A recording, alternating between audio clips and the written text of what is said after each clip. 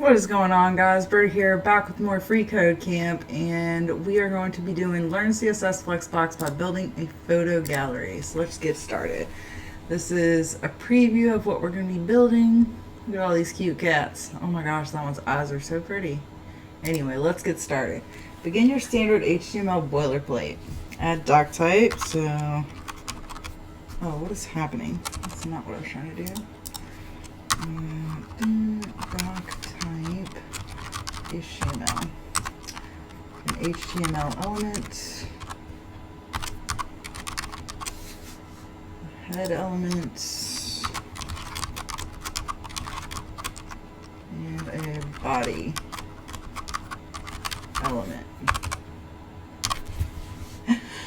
Add the lang attribute to the opening HTML. Lang equals English. Okay, awesome. Within your head element, add a meta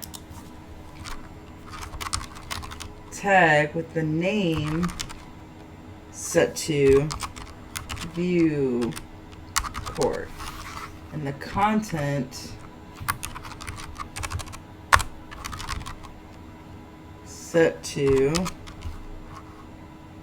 width equals device minus width, comma, initial scale equals 1. Okay. Also add a meta tag with the char set. So char set equals UTF-8. Keep trying. You should have 2 meta elements. Meta name. Why do I need to put that in 2? Why should I have 2? Within your head element, add a meta tag. Okay, so let me just do this and then do meta char set UTF. Okay, I'm not sure why we needed 2, but if somebody knows why, let me know, because I don't understand that. Within your head element, add a title element with this text set to photo gallery and a link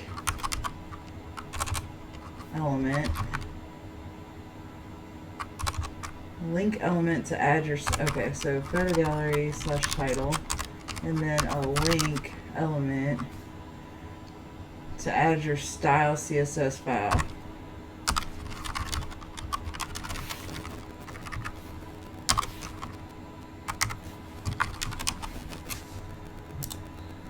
Okay. Add a header element within the body element.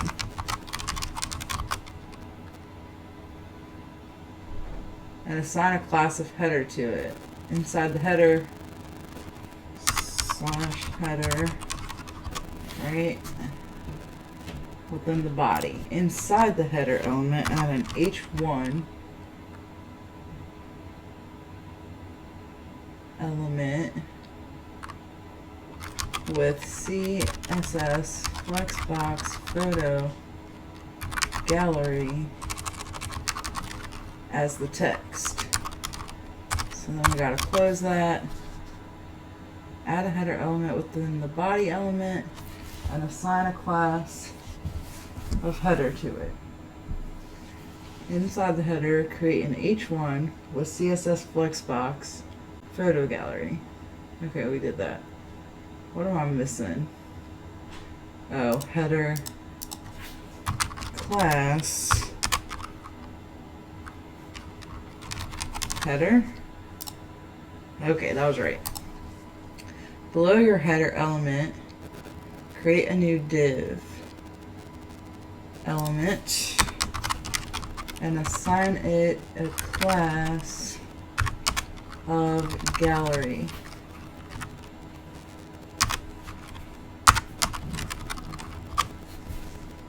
Alright, this div will act as a container for the gallery images. Inside that gallery element, create 9 image elements. So image element. Copy, paste, 3, 4, 5, 6, 7, 8, 9. I think that's all. Your new div element should come after your header element. Oh, snap. Okay, so cut this right after header. There we go. Alright, next give each element a source attribute according to its order in the document. The first image should have a source of, the rest should be the same except replace the one. So let's just copy this. Copy image source equals paste. And honestly, we're just going to get rid of this. We're going to copy this and do it 9 times. So 2, 3, 4, 5, 6, 7, 8, 9. Now we're going to change this 2, 3, 4, 5, 6, 7, 8, and 9. And there we got our 9 pictures. Alright. Normalize your box model by creating a star selector and setting the box sizing property to border box. I don't understand what that did. Oh.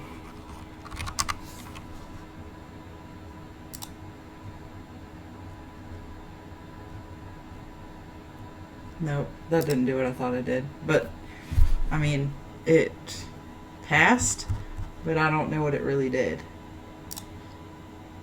Your images are too big. Create a gallery image selector to target them. Give it a width of 100%.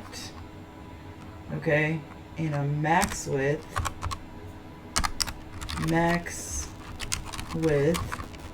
350 pixels. So they shrink as needed, but don't get too big. Set the height to 300 pixels to keep your images a uniform size. Okay, so some of them still look funky, but I think we'll fix that. Remove the margin from your body element. Do I have a margin? Set the font family. I'm not inside any selector. Font family, sans serif. Give it a background color of number F, 5F, 6F7. So I think what I have to do is do body. And then close that. Okay. Your body selector should have a margin property. Oh. Margin set to 0. There we go. Alright. Align your header text in the center. So we're going to do dot header. Align your header text in the center. Make the text uppercase by using text transform. So margin, the way we did it before was auto. I don't know if that's what it's asking us to do here, but we're going to try it. Text transform uppercase.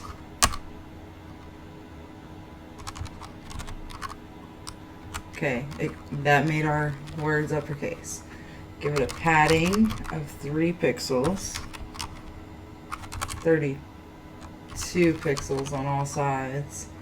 Set the background to 0A0A23. And the text to white.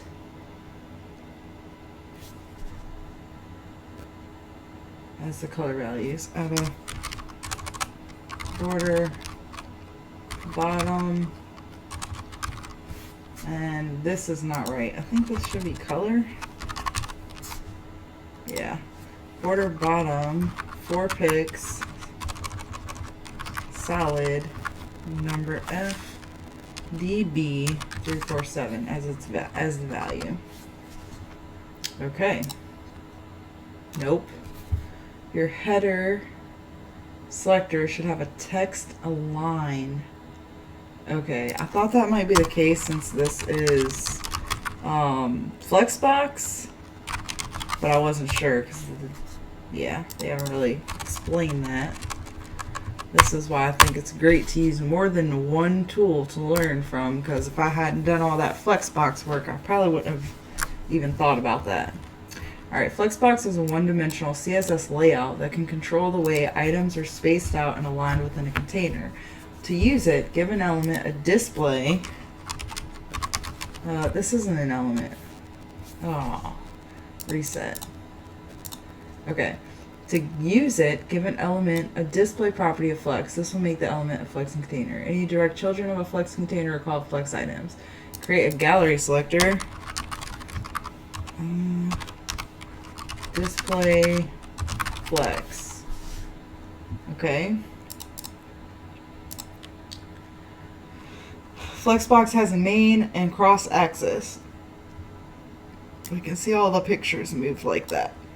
The main axis is defined by flex direction property, which has 4 possible values. Row, horizontal axis with flex items from left to right.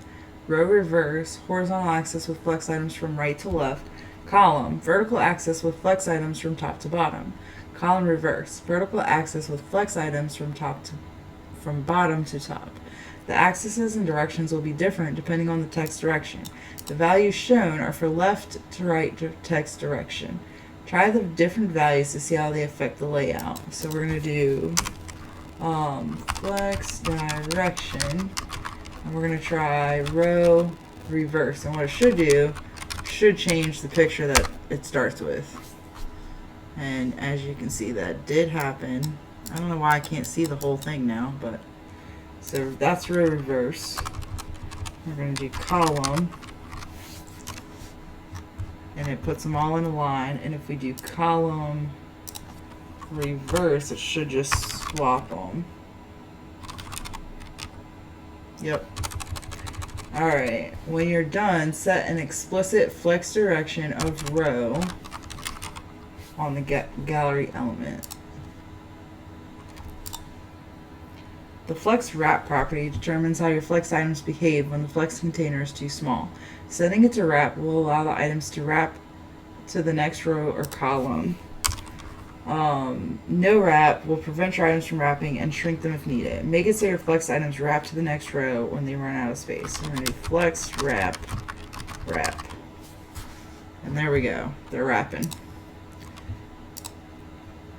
Alright, the justify content property determines how the items inside a flex container position along the main axis, affecting their position and the space around them.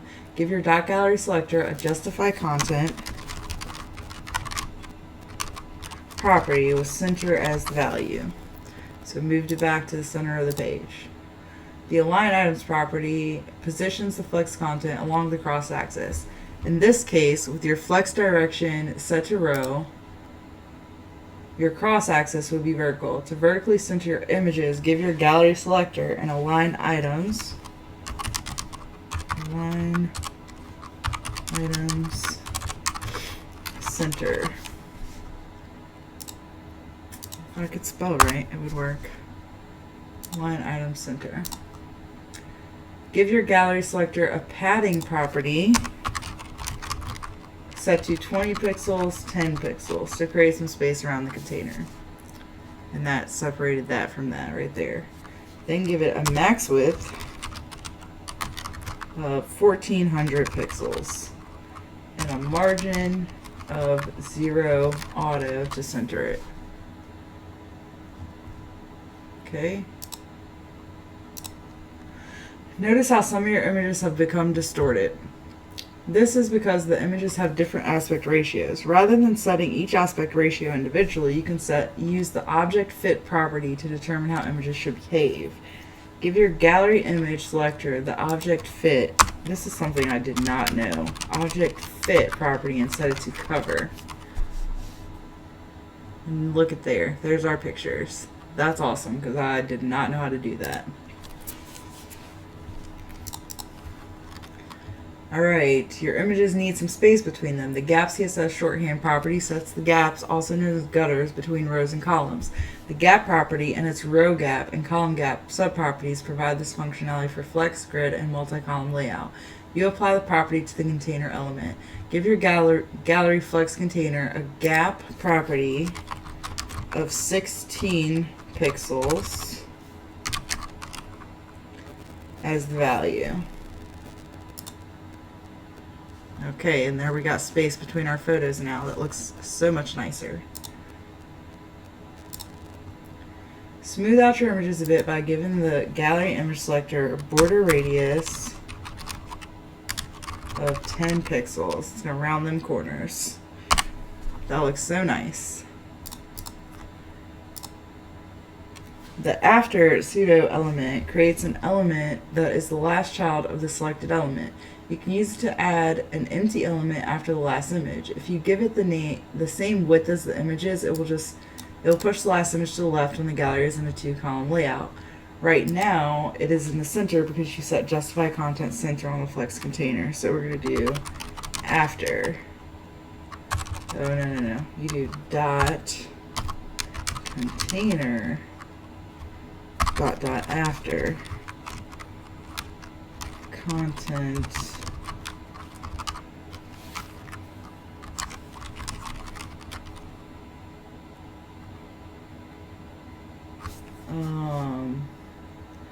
dot container dot after content.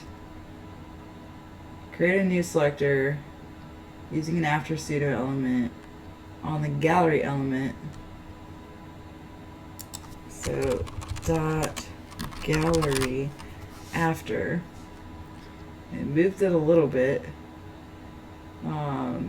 Empty string, and then set the width 350 pixels.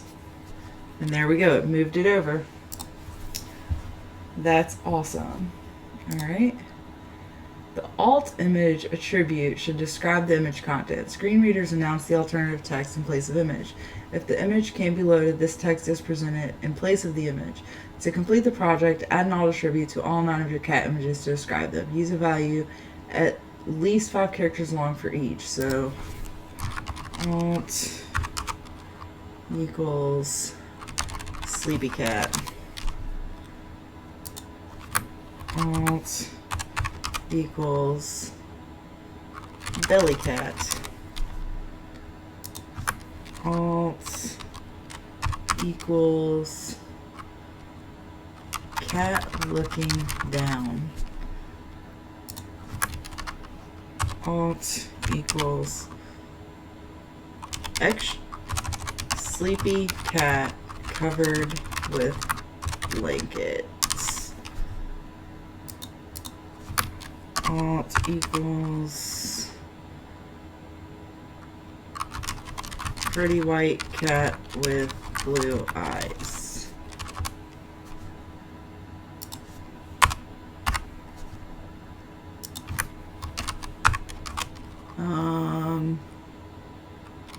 Two kittens.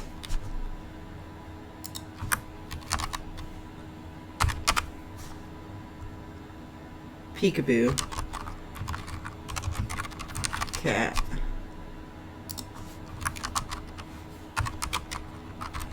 Orange cat.